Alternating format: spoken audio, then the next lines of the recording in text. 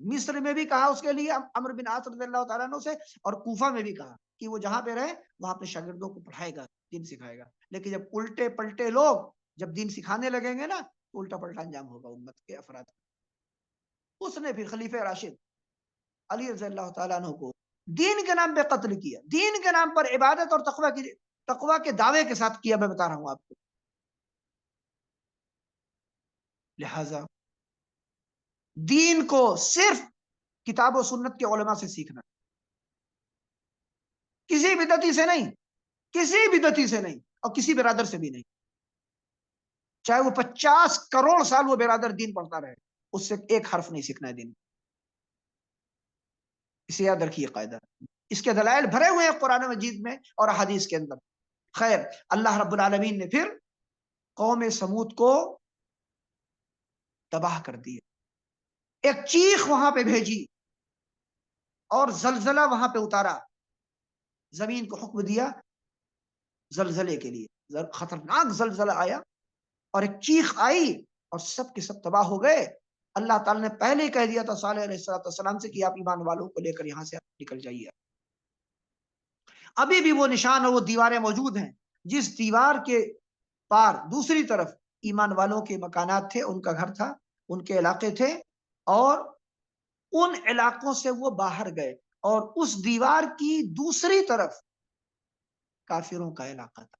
وہ لوگ دوسری طرف، چیخ جب آئی، زلزلہ جب آیا تو دوسری طرف کے علاقے پہ آیا جہاں پہ کفار رہا کرتے تھے.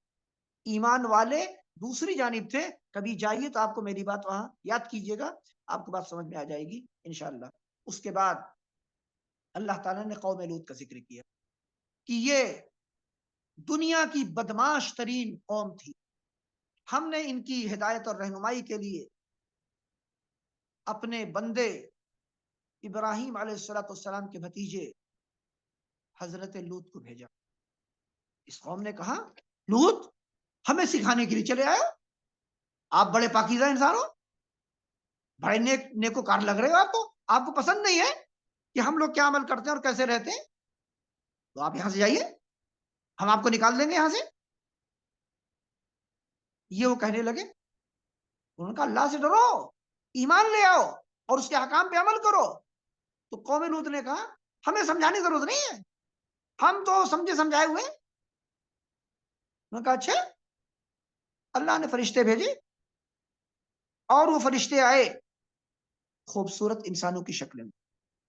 لوط علیہ السلام کے گھر میں آئے جبریل علیہ السلام اور ان کے ساتھ اور 2 فرشتے.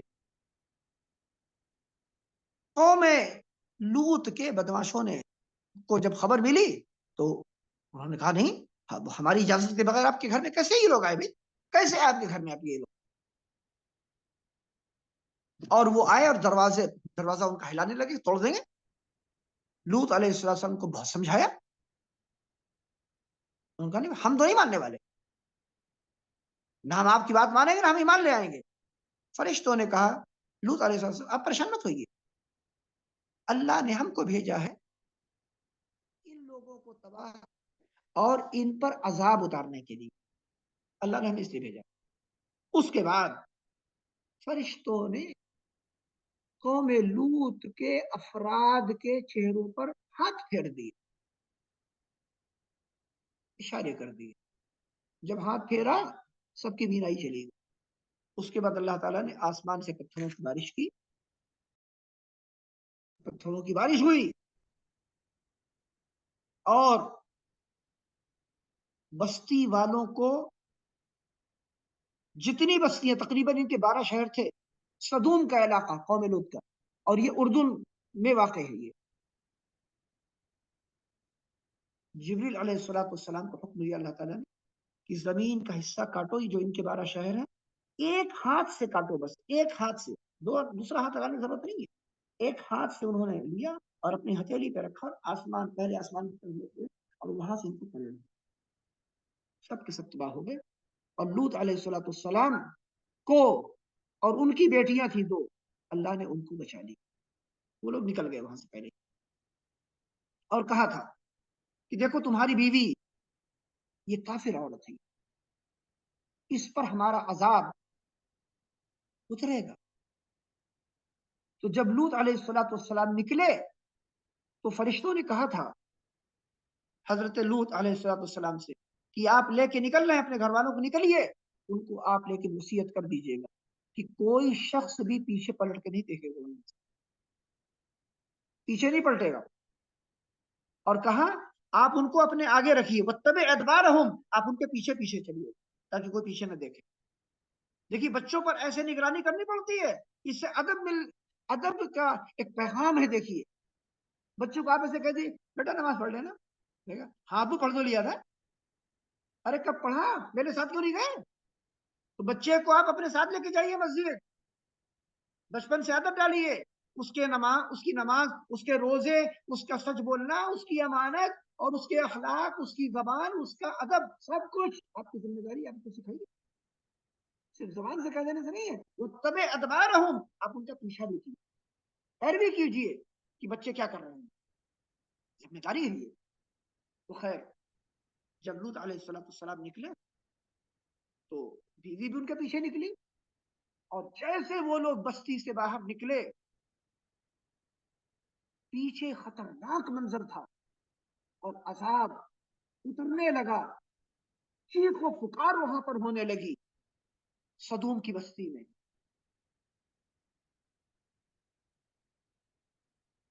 تو ان کی جو بیوی کافر تھی اس کو صبر نہیں ہوا، فوراً پلٹی اور اس نے دیکھا کہ وہاں کیا ہوا. اسی وقت اس کی بینائی اللہ نے چھین لی اور اسی جگہ وہ کھڑی رہی، تباہ ہو گئی. اور آج بھی تاریخ کے اوراق بتاتے ہیں اور جغرافیہ والوں نے تعین کر کے بتایا ہے کہ اس کے پورے جسم کو اللہ نے پتھر بنا دیا، ایک ستون کی طرح آج اس کا جسم جو ہے پتھر بن کے کھڑا ہو. آپ اسے بھی جا کے تاریخ میں جغرافیہ پر گوگل میں بھی تلاش کر کے دیکھ. خیر اس کے بعد اللہ تعالیٰ نے ذکر کیا اور کہا کہ ہم نے مدین والوں کی طرف اپنے بندے شعیب علیہ السلام آئے، انہوں نے ان کو توحید کی دعوت دی، اور ان میں جو مین برائی پائی جاتی تھی، برائیاں وہ کیا تھی؟ ناپ تول میں کمی کرنا، خیانت کرنے کی، زمین پر فساد برپا کرنے کی. انہوں نے بہت سمجھایا اپنی قوم کو، کہا تم لوگ اللہ کا شکر ادا کرو، اس نے تمہیں بڑی دولت دی ہے، بڑی نعمتیں دی ہے، بڑی اولاد دی ہوئی ہے، اس کی عبادت کرو اور ایمان لے آؤ اور قیامت کی تیاری کرو.